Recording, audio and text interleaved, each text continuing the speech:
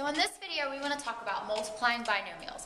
And I'm going to show you a couple of different methods you can use to multiply binomials, and you can use whichever one you think is easiest. So first, let's just review what are we doing when we multiply binomials. We're essentially distributing.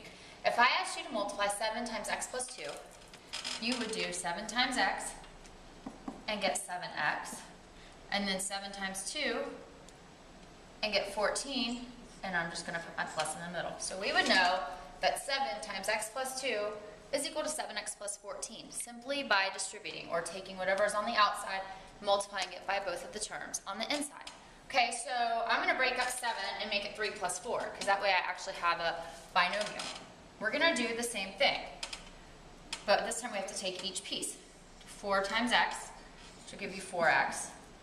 4 times 2, which gives you 8. Now I've got to do the other side. 3 times x, 3x. 3 times 2 is going to give us 6. And now if I combine all of my like terms, I get 4x and 3x, or 7x. And then 8 plus 6, we get 14. Okay, so what happens if I'm dealing with distributing and I actually have two algebraic expressions that contain variables? I'm going to do the same thing. I'm going to do my x times my x, which gives you x squared. My x times my 2, which gives us 2x. Okay, now let's do the other term. 4 times x gives you 4x, and 4 times 2 gives you 8. And once again, combine all your like terms. X squared is by itself. 2x and 4x gives you 6x plus 8. So what we really did here is something called FOIL. FOIL stands for first, outside, or outer, inner, and last. And FOIL is the way I like to solve binomial problems. But again, if it's not your favorite method, that's fine. But what does this mean? So if I look at my same problem,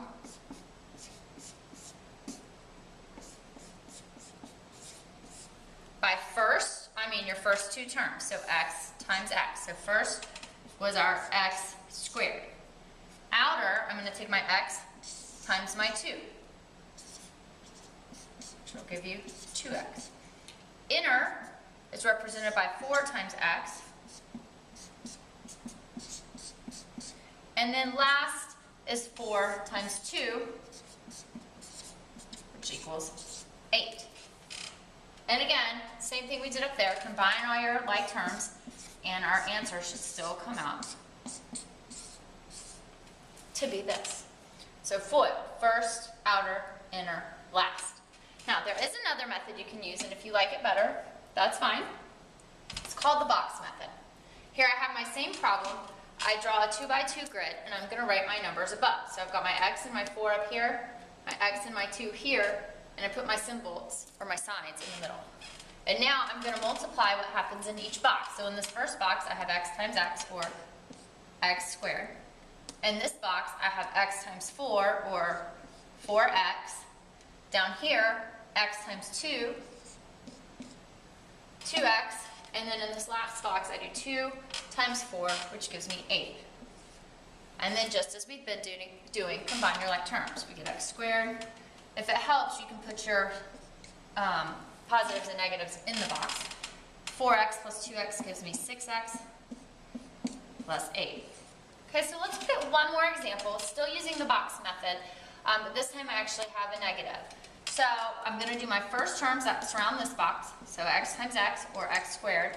Now over here, negative 3 times x.